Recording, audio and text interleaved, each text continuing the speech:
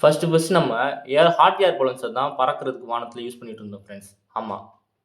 1781ல 2 brothers Jacques Etienne மவுண்டி அப்படின்றவரும், Joseph Michel இவங்க 2 பேரும் சேர்ந்து கண்டுபிடிச்சது தான் hot air balloons. Hot air பலூன்ஸோட பிரின்சிபல் ரொம்ப சிம்பிள் தான். ஒரு குளோஸ்டான பலூன்ல இருக்கிற ஏர் ஹீட் பண்றது மூலமா அது மேல கொண்டு போக முடியும்ன்றது தான் கான்செப்ட்.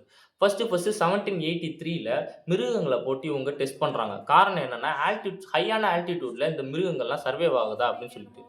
அதுவும் சர்வைவ் ஆகுது. 1785ல பிரான்ஸ் நாட்டுல இருக்கிற கிங்கோட தலைமையில ஃபர்ஸ்ட் மனுஷங்கள வச்சு பறக்க விடுறாங்க. அதுவும் 25 நிமிஷம் அதுவும் பறந்து வந்திருக்கு.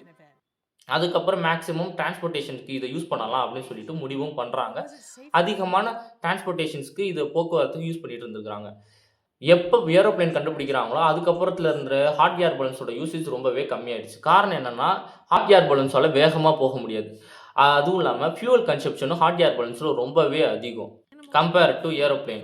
அதுவும் இல்லாம ஹாட் ஏர் பலூன்ஸ இந்த ஸ்டியரிங்கே கிடையாது. இந்த இடத்துல தான் போய் நிறுத்த முடியும் அப்படின்ற மாரி கிடையாது. ஏன்னா, அது அது விண்டோட ஃப்ளோல போய்க்கிட்டே இருக்கும். காமான வெதர் கண்டிஷன்ஸ்ல மட்டும் தான் ஹாட் ஏர் பலூன்ஸ ஓட்ட முடியும். மெக்சிகோ அந்த மாரி நாட்ல ஹாட் ஏர் பலூன்ஸ டூரிஸ்ட் பர்ப்பஸ்க்காக இப்பவும் யூஸ் பண்ணிட்டு இருக்காங்க. உங்கள்ல யாராவது ஹாட் ஏர் பலூன்ஸ்ல போயிருக்கீங்களா? அதோட எக்ஸ்பீரியன்ஸ் எப்படி இருக்குன்னு கமெண்ட்ல சொல்லுங்க. நானும் தெரிஞ்சுக்கிறேன். Thank you.